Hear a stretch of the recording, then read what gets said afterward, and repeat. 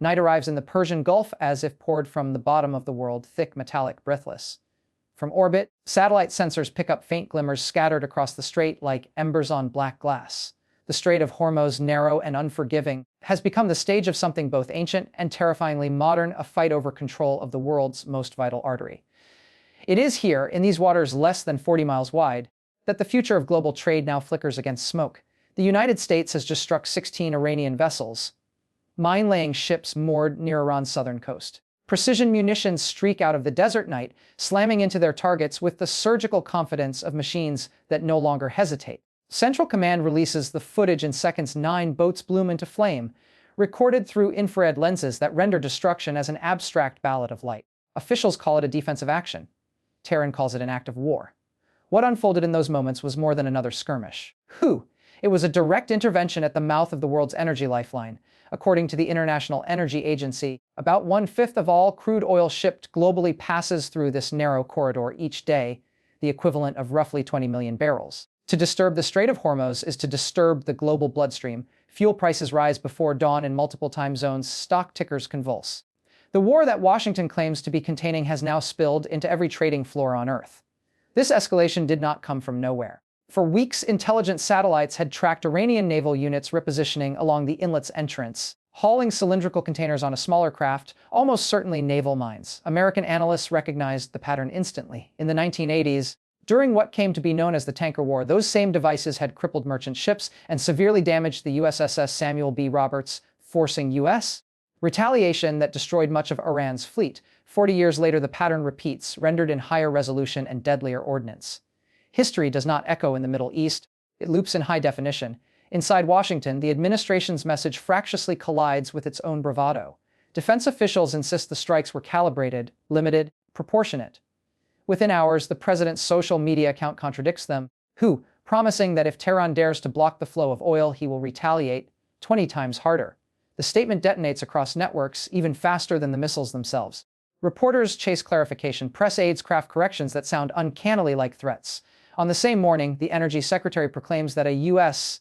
destroyer has safely escorted an oil tanker through the strait, a victory tweet that disappears half an hour later after naval officers quietly deny it happened. The fog of war has merged with the fog of messaging, and truth begins to erode at both ends. Meanwhile, reality burns. According to satellite imagery analyzed by independent verification labs, the targeted vessels were stationary at anchor, most likely in Iranian territorial waters. Whether mines had already been laid remains uncertain. To international lawyers, that uncertainty is everything. To military commanders, it is irrelevant. The United States calls it preemption, the prevention of a blockade before it begins. Tehran calls it proof that America's word means less than its ordnance. In the gray gap between those two definitions, global security hangs suspended. By daylight, the first consequences begin to ripple. Oil futures surge 8%, marking the sharpest single-day rise since the 2020 crisis in Ukraine. Insurance brokers halt new tanker policies in Gulf waters until risk assessments can be redrawn. The world economy, ever allergic to uncertainty, now trembles because a handful of ships are smoking near an Iranian port. On cables feeding lonely newsrooms in London, Mumbai, and Tokyo, the numbers climb. Stop. Climb again. A visible seizure of markets translating into invisible pressure on governments to act, or at least to sound as though they are acting. Far from the spreadsheets, the conflict spreads laterally. Israel announces new waves of airstrikes, not only in southern Iran but across Lebanon's southern frontier, targeting what it calls Hezbollah's supply routes. The United Nations describes an unfolding humanitarian crisis as nearly 700,000 Lebanese civilians flee their homes, many seeking refuge in crowded schools and government buildings. Along Beirut's seaside promenade, families sleep in cars, watching the horizon flicker orange every few seconds. In one night, the war waged supposedly to protect global commerce has displaced more people than the entire population of several Gulf states combined. Inside Iran, the bombings deepen. Explosions ring out near Tehran's Mehrabad International Airport, a site geolocated and confirmed by multiple independent agencies. Residents describe the raids as the fiercest since hostilities began, claiming that missiles have hit residential areas, schools, and clinics. Iranian state broadcasters replace scheduled programming with looping footage of emergency crews digging through rubble, then pivot instantly to fairy vows of retaliation. Officials of the Revolutionary Guard declare these new American and Israeli strikes as open war, and promise what they call their most intense and heaviest operation ever undertaken. On social media, videos circulate showing streaks of light arcing from anti-air defenses across a skyline already scarred by smoke. For those on the ground, propaganda offers little comfort. In one shaky clip from Tehran's southern districts, a man's voice trembles behind the camera that's everywhere. They strike homes, mosques, hospitals. He never gives his full name, the routine precaution of anyone caught between two governments and a dozen missiles. His disbelief carries the weight of millions who have no say in the strategies that decide whether they live to see another morning. Back in Washington, the Pentagon releases its own casualty figures: 7 U.S. service members dead, 140 wounded, 8 of them severely. Each number spawns another hearing, another promise, another compulsion for escalation. The political narrative solidifies into slogan defending freedom of navigation. Critics call it empire under another name. To the families receiving folded flags, the semantics are meaningless. Lebanon's plight deepens further. The United Nations Migration Agency confirms that more than 660,000 people have registered as displaced, an increase of 100,000 in just 24 hours. Israel's government insists that Hezbollah's infiltration tunnels and missile depots justify the devastation. Aid workers call the onslaught collective punishment. Bombs erase neighborhoods faster than diplomacy can account for them. Relief convoys crawl through craters where streets used to be, each vehicle flying a white flag that no longer guarantees safety. Across situated capitals, Riyadh, Moscow, New Delhi, leaders read the headlines in different languages but the same tense. Everyone knows that energy politics is the hidden skeleton beneath this war. To keep pumps running, the United States temporarily loosens restrictions on Russian oil exports, granting India a 30-day waiver to purchase crude that would otherwise violate sanctions. The irony strikes observers immediately. While waging war to contain Iran, Washington quietly rehabilitates the trade of another sanctioned power to stabilize global supply.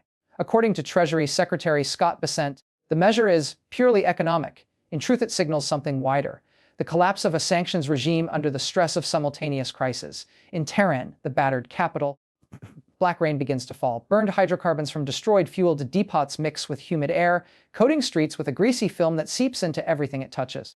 Environmental scientists warn that contamination of groundwater could last years.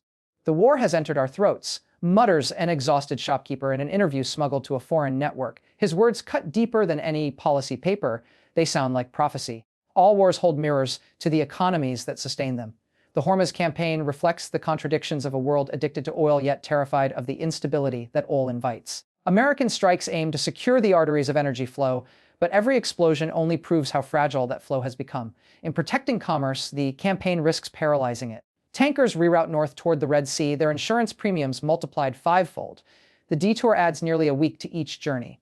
Time enough for speculation, rumor, and fear to ferment markets into frenzy. From Moscow come measured smiles. Reduced Western oversight allows Russian companies to shift unsold crude toward Asian buyers at a discount, softening the blow of prior sanctions. For the Kremlin, whose invasion of Ukraine once isolated it economically, the Hormuz flames are a backhanded gift.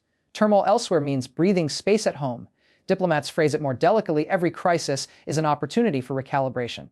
But behind closed doors, they know what that means. War in one quarter makes bargains in another.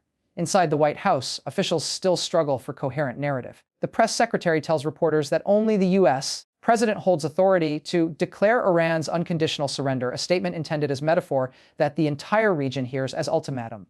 Allies whisper through secure lines, worried that braggadocio has replaced policy. Former intelligence officers speaking to The Guardian describe the internal communication gaps as a strategic incoherence at industrial scale. The administration, they say, is fighting a war whose public relations tempo moves faster than its battlefield tempo. On the ground, strategy is simpler. Drones lift from carriers, strike formations move over sandbars invisible to untrained eyes, and data streams back to command posts that decide whether another sortie is justified. Each decision file contains coordinates, wind patterns, probability assessments. A bureaucratic format for destruction refined by 20 years of counterterrorism. In this sense, modern warfare resembles accounting more than heroism: columns of figures, levs reduced to probabilities, entire towns compressed into data points. When daylight edges again over Hormuz, the sea churns with debris. Fishermen venture out cautiously, their wooden dhows weaving between oil slicks. They find fragments of metal stamped with English letters, pieces of circuitry still warm. For them, there is no ideology here, only shrinking catches and rising fear. If mines drift closer to shore, their boat engines could detonate them. If they stay in port, hunger will arrive before diplomacy. Far away in global capitals, leaders argue over words: proportionate, pre-emptive, deterrent, while those words transform into ashes and chemical runoff in the Gulf's morning tide. The contrast would almost be comical if it weren't soaked in human cost. Throughout the region, communication lines tremble under strain. Hackers linked to both sides wage cyberattacks on ports, banking systems, even hospitals. Analysts at NATO's Cooperative Cyber Defense Center in Tallinn report significant escalation of digital aggression, suggesting that the conflict has already jumped from sea to server. Invisible wars layer on top of visible ones, missiles illuminate the night while code invisibly corrodes the day. And still, somewhere beneath this cascading crisis, the same unresolved argument hums what counts as victory. Is it oil still flowing through a strait the width of Manhattan, or is it silence from a rival capital smothered under rubble? If peace means surrender terms dictated by one man's tweet, is that peace at all? The questions outnumber the answers, and none of them can be launched from an aircraft carrier. By the time dusk returns to the Gulf, the horizon wears a permanent bruise. From Dubai skyscrapers, one can see a faint smear of smoke hanging far to the north, a reminder that modern conflict no longer hides beyond borders. At cocktail receptions, business executives discuss evacuation plans in low voices. In Tehran, families light candles not out of ritual but practicality. Power grids severed, fuel lines ruptured, hope rationed by the hour. Every great geopolitical convulsion eventually condenses into a single symbol. In 2024, that symbol is the strait itself, a vein of ocean so narrow that even radar sometimes loses patience with it. Through that passage passes not only oil but the illusion of control, the idea that nations can orchestrate global stability through firepower. Tonight, with 16 ships on the seabed and governments trading threats by the minute, that illusion drifts somewhere between the waves and the smoke. The world waits. Traders stare at screens, soldiers at horizons, politicians at teleprompters. Each imagines they can steer the future if they just speak loudly enough, but the strait remains unbothered, ancient, and impossibly quiet between detonations.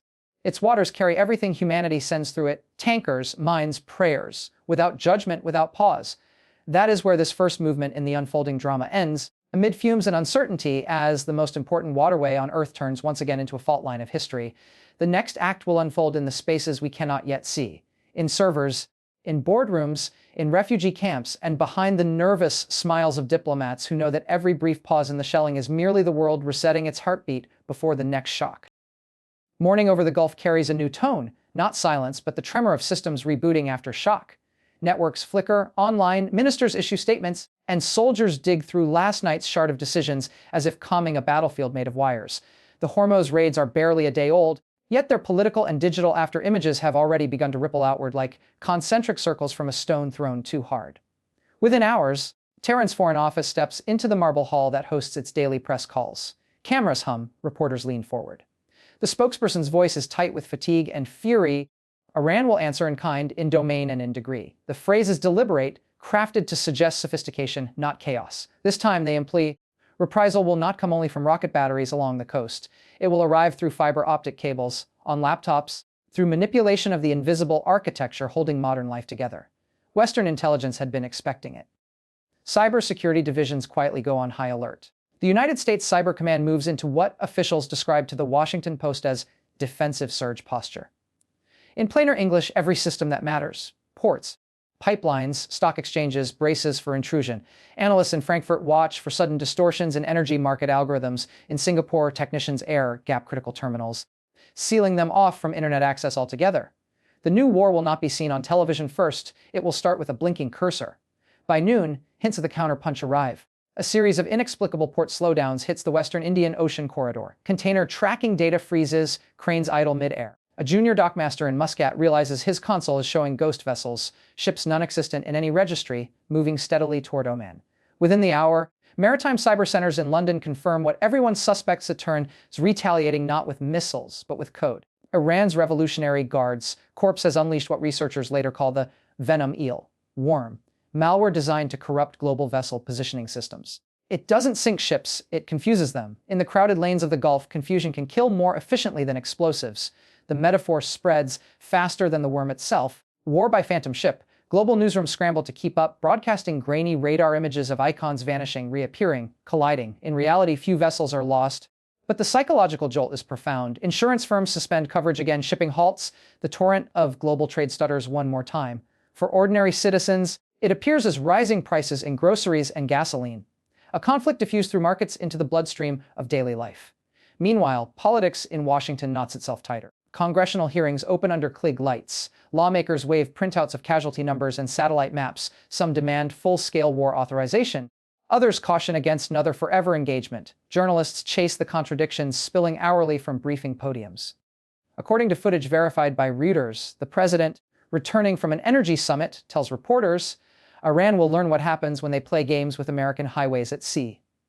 The metaphor doesn't land, but the tone does. Hawks cheer, markets flinch, allies worry quietly that irony has become national policy. Across the Atlantic, European diplomats scramble for mediation. In Geneva, the United Nations convenes an emergency session. The Security Council chamber smells of burnt coffee and urgency.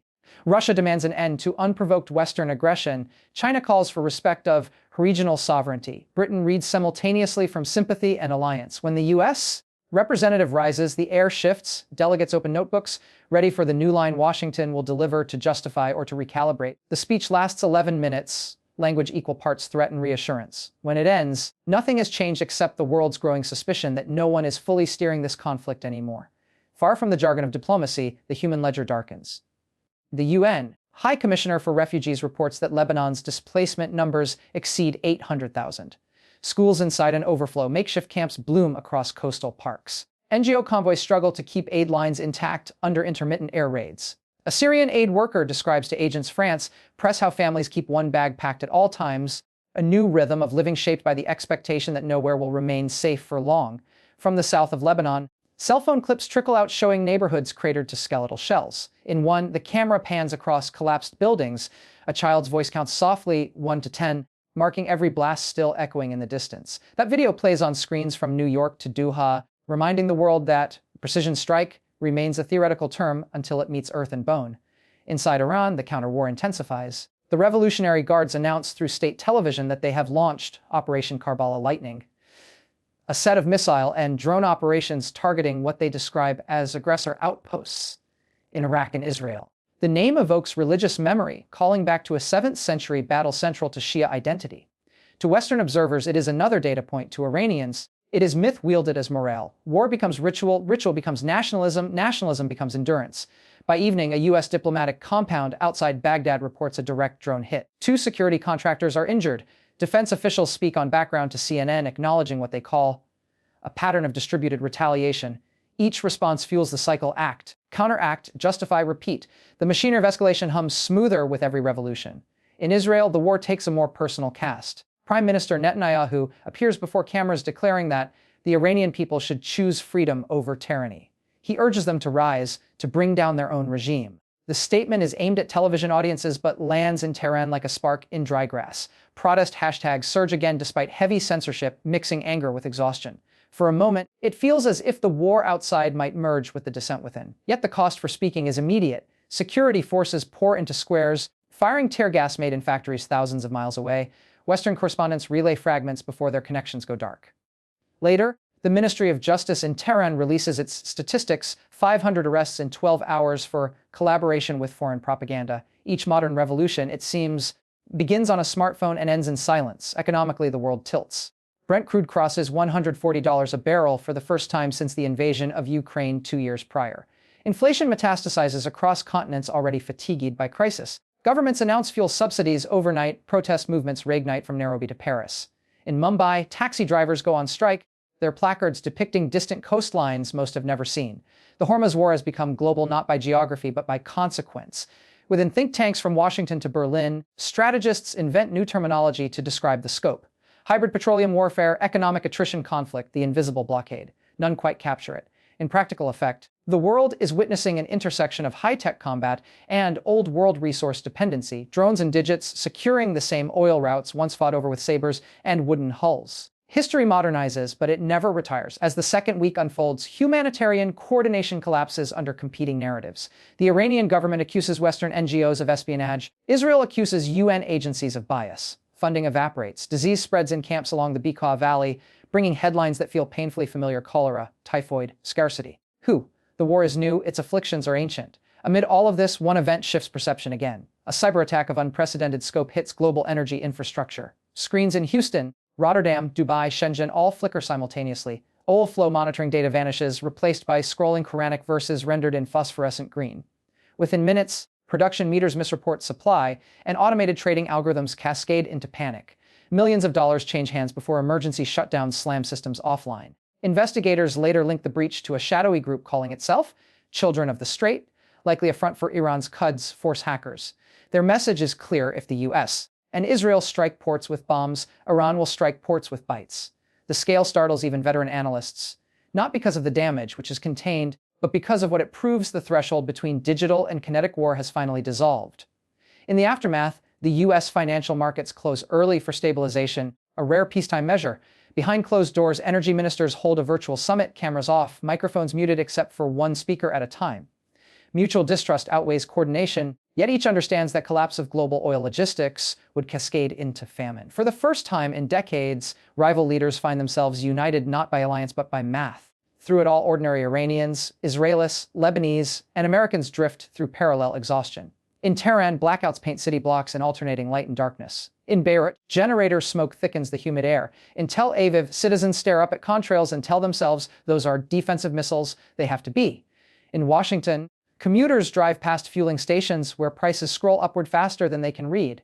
According to the Financial Times, cyber strikes back and forth have quietly reached into Western corporations, energy conglomerates, credit networks, even universities conducting Persian Gulf studies. The intent isn't always to destroy, sometimes it's to remind, a recurring digital whisper that this war can expand at any keystroke. Time stretches differently during crisis. A month begins to feel like a decade, diplomacy recedes behind rhetoric, commerce camouflages survival as strategy, the United Nations releases casualty estimates, over 3,000 dead in Iran, nearly 1,000 in Lebanon, 30 Americans, scores unknown in Iraq and Syria from spillover raids. None of the numbers include the invisible casualties, the displaced, the traumatized, the generations whose futures are being rewritten on servers and ship manifests. Still, even this world of chaos follows a rhythm. The United States negotiates indirectly through intermediaries. Oman, Qatar, floating the possibility of a ceasefire that neither side admits to wanting yet. Iranian envoys, appearing defiant on state channels, privately concede hunger for reprieve, sanctions, bombing, and black rain have strained the core of their economy. Behind them, revolutionary hardliners snarl that compromise equals annihilation. History repeats its cruelest grammar. Moderation is the first casualty of endurance.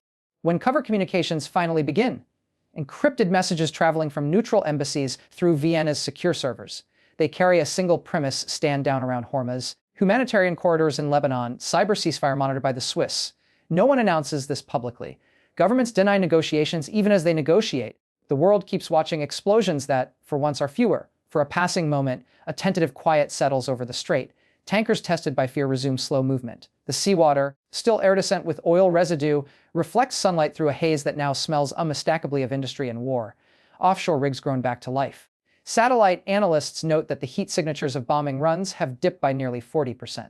Diplomats congratulate themselves on strategic patience. Civilians breathe for the first time in weeks. But underneath that quiet, analysts at the Institute for the Study of War detect troop movements along Iran's western provinces. Through commercial imagery, they identify new missile emplacements aimed not at shipping lanes but inland, at data centers, communication hubs, the infrastructure of the invisible war. Even as the sea calms, the digital front is expanding. Tehran has learned the next victory won't be on water, but in the code beneath it. Economic ripples continue to lap against distant shores. In Nairobi, food prices double. In Berlin, coal plants, long slated for closure, come back online. Environmentalists march, their banners clashing with national security narratives. The global conversation drifts from "how did this begin?" to "how do we live with it?" the surest sign that normalization of crisis has begun. And yet, for all the fatigue, one truth gains clarity. The Persian Gulf's geography ensures that no nation can truly dominate it without strangling its own lifeline. The U.S., Iran, Israel, and their networks of allies and proxies are discovering that control is an illusion sustained only by perpetual escalation. Each missile creates the justification for the next. As one veteran diplomat tells BBC World Service, "We're not fighting to win anymore, we're fighting not to lose faster." In late-night studios a hemisphere away, I watch footage filter in aerials of mangled ports, interviews with displaced teachers, economic graphs pulsing red. News feels like prophecy written backward. We chronicle outcomes first, causes later. Every storyline bleeds into another. Energy policy morphs into human rights. Cybersecurity merges with moral philosophy. It's all one motion now, an era condensing into a single endless reel of cause and effect. The cameras pan once more to that narrow corridor of sea. Cargo vessels the size of cities edge past coral islands blackened by blast residues. Onshore villages light their lamps again, cautious but unbroken. Somewhere above, drones trace lazy circles, silent punctuation marks in a story that refuses to end. The war has poured beyond borders, beyond map lines, into the algorithms that regulate economies and the faith that sustains societies.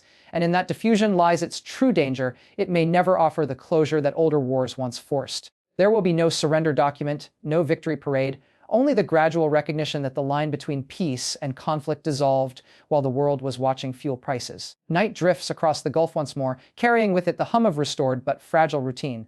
Radios hiss with quiet weather reports instead of casualty lists. For the moment, the weapons rest, but they rest like waves, gathering strength as they retreat. Everyone knows another tide will come.